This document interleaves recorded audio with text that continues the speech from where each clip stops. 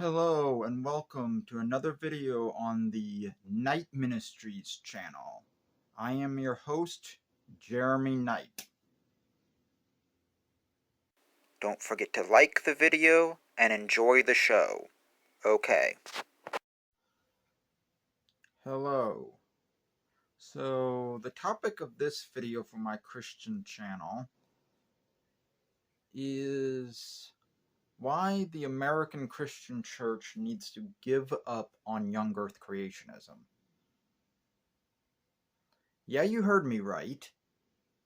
The topic of this video is why the American Church needs to give up on young earth creationism.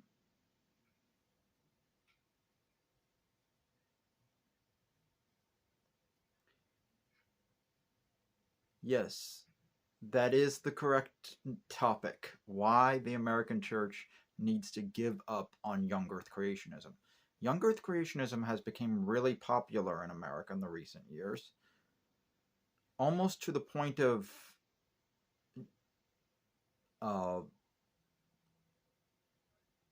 becoming sort of a pseudo cult, if you will.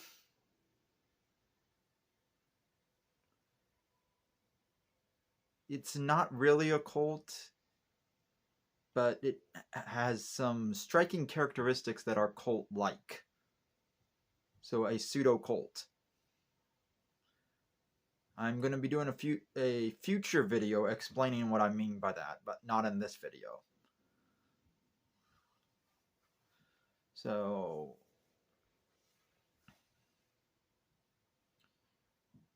this video is about why the American Church needs to give up on young earth creationism.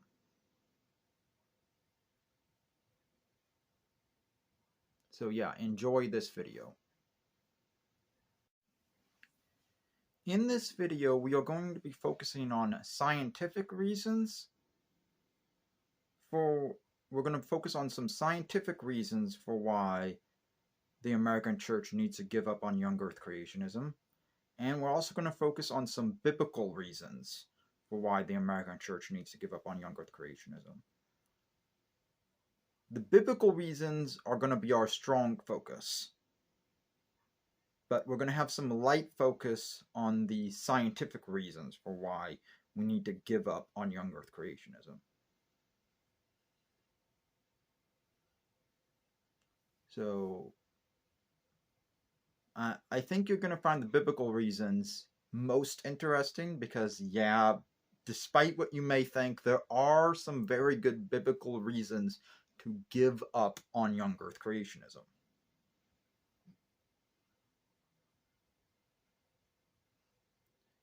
And it's because of these biblical reasons that I stay away from young earth creationism. The scientific reasons was why I left young earth creationism, but the biblical reasons is why I won't go back.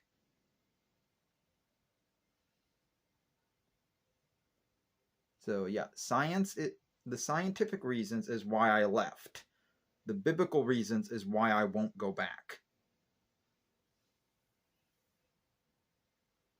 So I think you're going to enjoy this video, especially for the biblical reasons for why the American Church needs to leave young earth creationism. Okay? Okay, so in this part, we're going to be talking about how young earth creationism gets literally all of its science wrong. I am not exaggerating on that. Young earth creationism gets literally all of its science wrong. Like, all of it. I'm not exaggerating. In my series, Why I Left Young Earth Creationism, which I will link up here in the iCard, I go over all the different stuff that young earth creationism gets wrong in science. Like, all of it.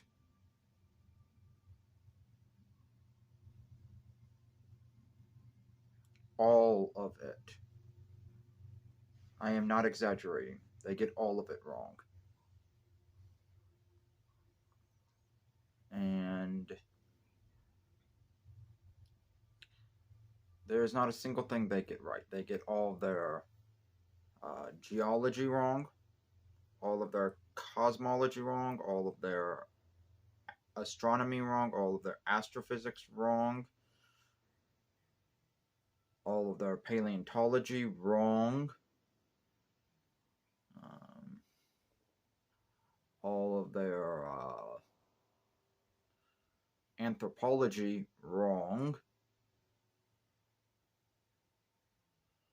You name the science. Yes, they also get their biology wrong too. You name the field of science and they get it wrong. Like, all of it wrong.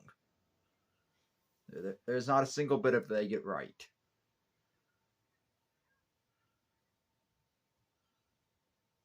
It took me a while to figure that out. 8 years, in fact. Because I was young and naive, but once I learned the knowledge, I figured out that, yeah, they get all of it wrong. And if you went on this same journey with me, you would also learn they get all of it wrong.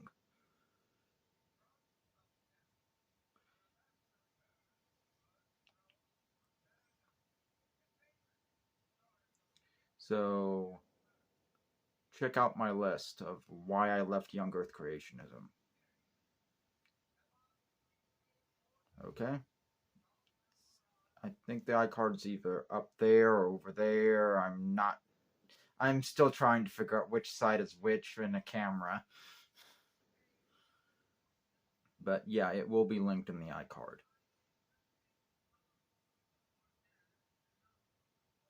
Anyways, we will also talk about biblical reasons for why we should give up on young earth creationism. So yeah, make sure to pay attention for the biblical reasons and the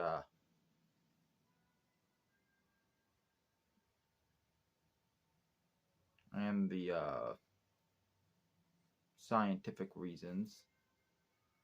Well, I went over a lot of those in my Why I Left Young Earth Creationism series, so make sure to watch that. Okay?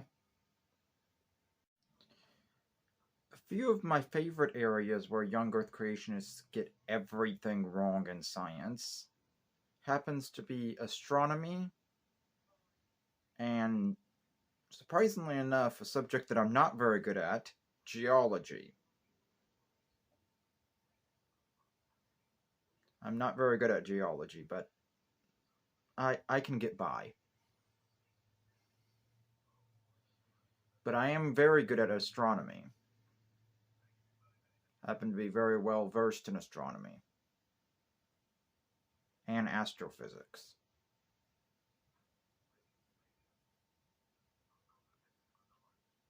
But yeah, they get a lot wrong when it comes to astronomy. Like, all of it. In fact, it was actually the science in astronomy that influenced me to leave young earth creationism.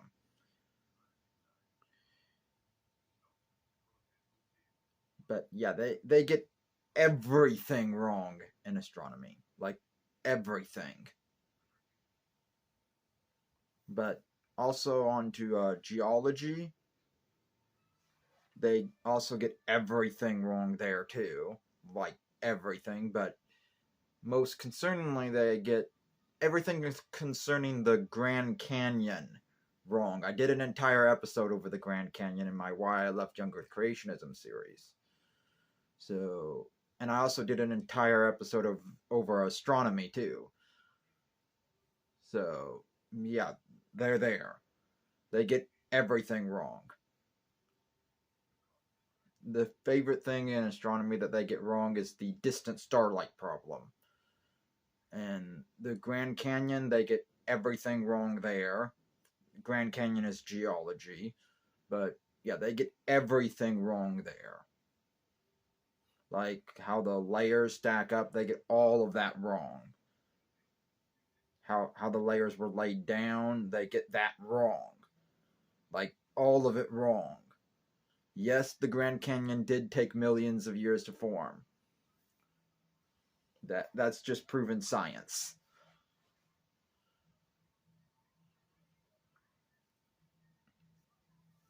So yeah, they get everything wrong there. And I really do like to harp on those particular areas of what they get wrong. Those are my favorite areas to harp on. Because they get a lot wrong there. Like all of it.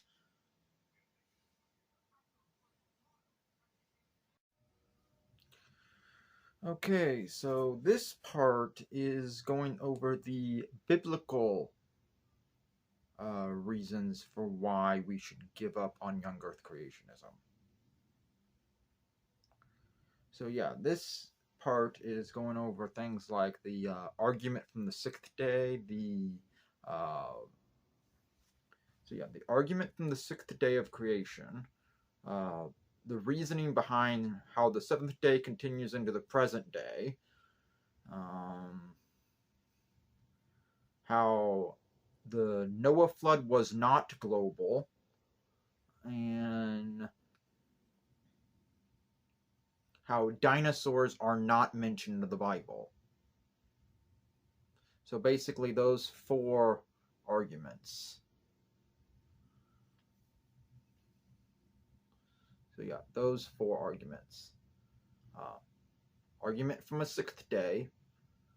Seventh day continues into the present day. Noah flood was not global. Dinosaurs are not mentioned in the Bible. Those are basically the most common biblical arguments you'll run into for old earth creationism. There are other less common arguments from the Bible that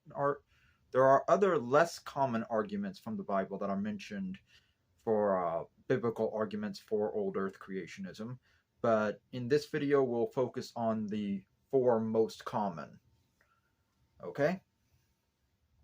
Okay. So, the argument from the sixth day. Okay, so the argument from the sixth day basically goes like this. You have Adam, and on the sixth day he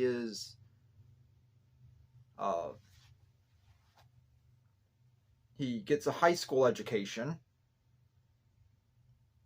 because he was basically created with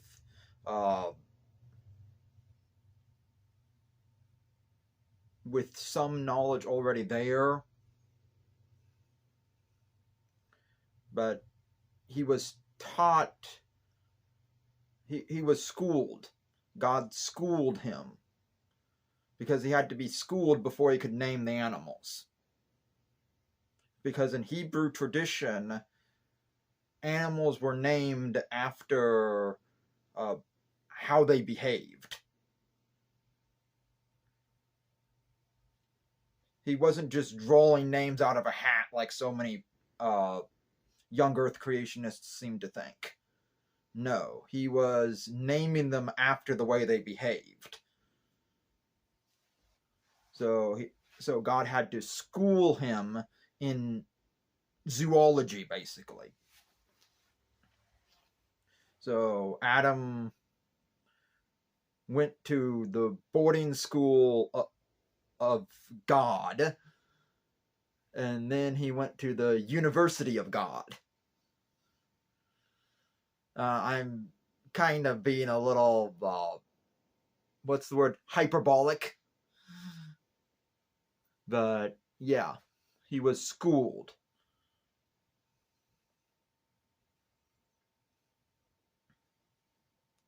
So you have him being schooled in zoology by God, and then he named the animals. After he was schooled, he named the animals then. So The schooling would have obviously took longer than 24 hours. The naming of the animals would have took longer than 24 hours. So all the actions that Adam performed would have took longer than 24 hours. And then you have the fact that when Eve was created, the first words that Adam utters are "at long last." You don't utter those after the last few seconds of a 24-hour day. You don't utter words like "at long last" after the few last seconds of a 24-hour day. No. At long last means it's been a long time for him. It's been years. Plus, you also got to think that Adam being created on the sixth day was the last thing that happened on the sixth day. It was the last thing that happened on the sixth day. So, since the small part of Genesis 1 that is the sixth day is, let's get a Bible here. We'll get this Bible. So let's look at the sixth day, which was the sixth day was Genesis.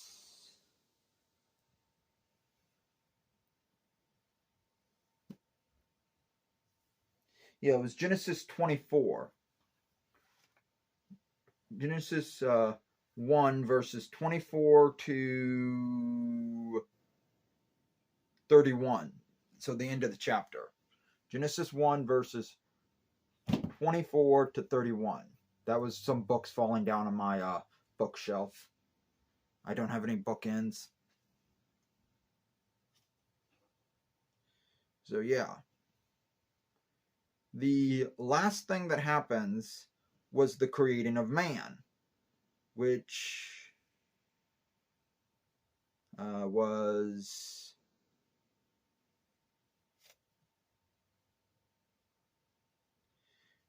27. It was verse 27. So Genesis 1 verse 27 is when God created man. God created human beings in his own likeness. He created them to be like himself. He created them as male and female. So yeah.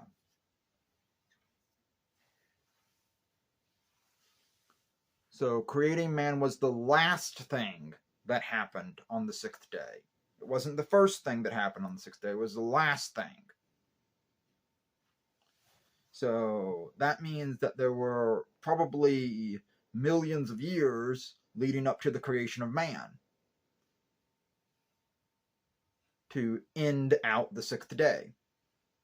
And then you have Genesis 2, which is a recap on the last part of the sixth day, the creation of man and the creation of woman.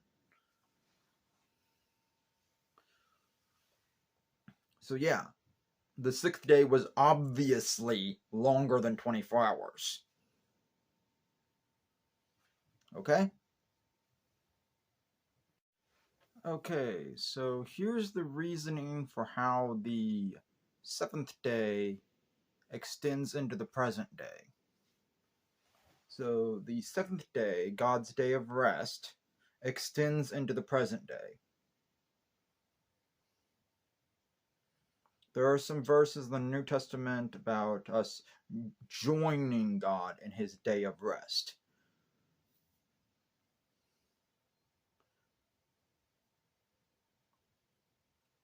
And they are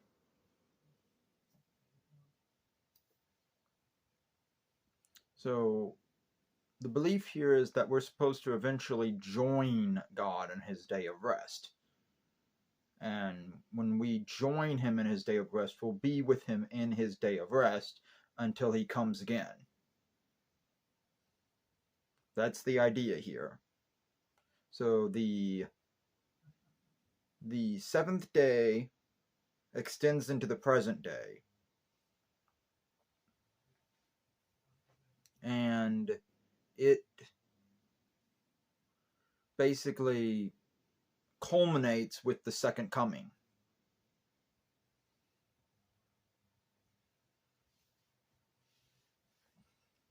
So basically, you have the seventh day extending into the present day and culminating with the second coming. Because at the beginning of chapter 2, you have the first 4 verses, and that wraps up the days of creation with the seventh day. And the first 4 verses refer back to the week of creation as one day. So that's obvious that it's establishing that the word for day in the Bible is not a 24-hour day. So yeah, you have the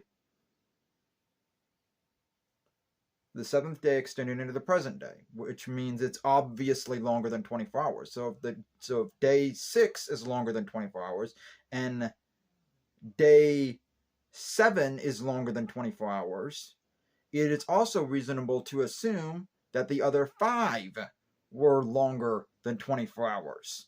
See what I'm getting at here? All the days are longer than 24 hours. So now it makes sense, doesn't it? Now the old Earth argument makes sense. Okay? That's how it works, okay? So, dinosaurs are not mentioned in the Bible. Yeah, dinosaurs are not mentioned in the Bible. I know a lot of young Earth creationists like to say that they are mentioned in the Bible, but no, they aren't. Dinosaurs are not mentioned in the Bible. And I will be making another video in the future going into more depth of how dinosaurs are not mentioned in the Bible and why they are not mentioned in the Bible. So keep an eye out for this future video where I go into more depth about why dinosaurs are not mentioned in the Bible, how they are not mentioned in the Bible, and how young Earth creationists are wrong about dinosaurs being mentioned in the Bible. Dinosaurs are not mentioned in the Bible. They just aren't, okay? Okay, so the Noah flood. The Noah flood was not global. It was worldwide, but it was not global. There's a difference. A lot of people nowadays seem to forget the difference between worldwide and global. Worldwide refers to the places where humans live. This is why you can have terms like third world or developing countries, which is also known as the second world, and developed countries, which is the first world.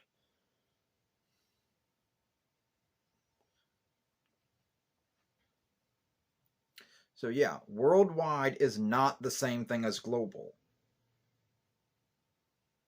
Global means entire planet, whereas worldwide means where people live. So what flooded back then when Noah was alive was the known world at the time. That's what flooded. The known world at the time of Noah. And it is likely that the flood created what the landmark that we today know as the Persian Gulf. Noah's flood created the Persian Gulf. And when the Persian Gulf was dry land, when it was the Persian oasis, that's where the Garden of Eden was. The Persian oasis was flooded and became what we today know as the Persian Gulf. So the Persian oasis was the Garden of Eden. Okay? And it got flooded during Noah's flood and became the Persian Gulf. So Noah's flood was not global. So that solves the whole fitting all the animals on the ark problem. You didn't have to, because not all the animals from around the world came to the boat. It was just the local animals in the area that couldn't migrate. So that solves that problem. It was just the local animals that couldn't migrate. It was Noah and his family and some of their animals and pets and farm animals and sacrifice animals and all that stuff.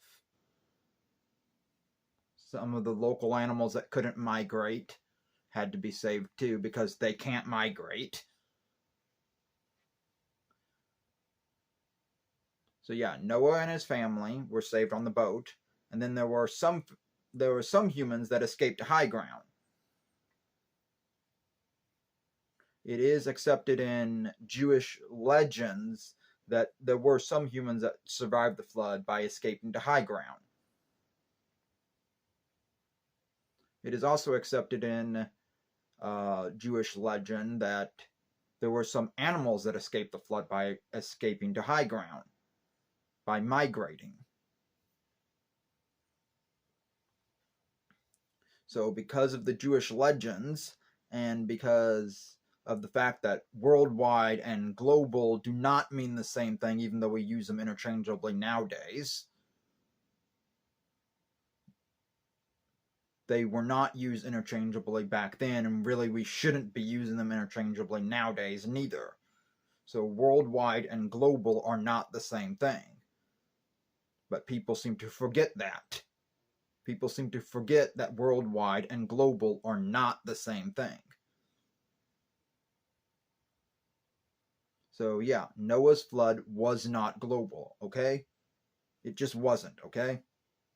Okay. Okay, so that's those 4 arguments summarized. And that's a summary of those 4 arguments. Later on, I will expand those arguments into their own videos. So, yeah, this video was just to give summaries of those 4 arguments. And then later on, I will expand those 4 arguments plus a few more into their own videos. Okay? So, yeah, that's this video. Okay? I might do more videos on the scientific arguments for why the Earth is not young, and might do more scientific stuff for giving up on young Earth creationism in future videos. But this video was just to get you an idea of the scientific arguments as well as the biblical arguments. So that's this video, okay? Don't forget to like, comment, share, and subscribe, and ring the bell. And follow me on Twitter and join my Discord. This has been a video on the Knight Ministries channel. I am your host, Jeremy Knight, and I just want to say, see you next time.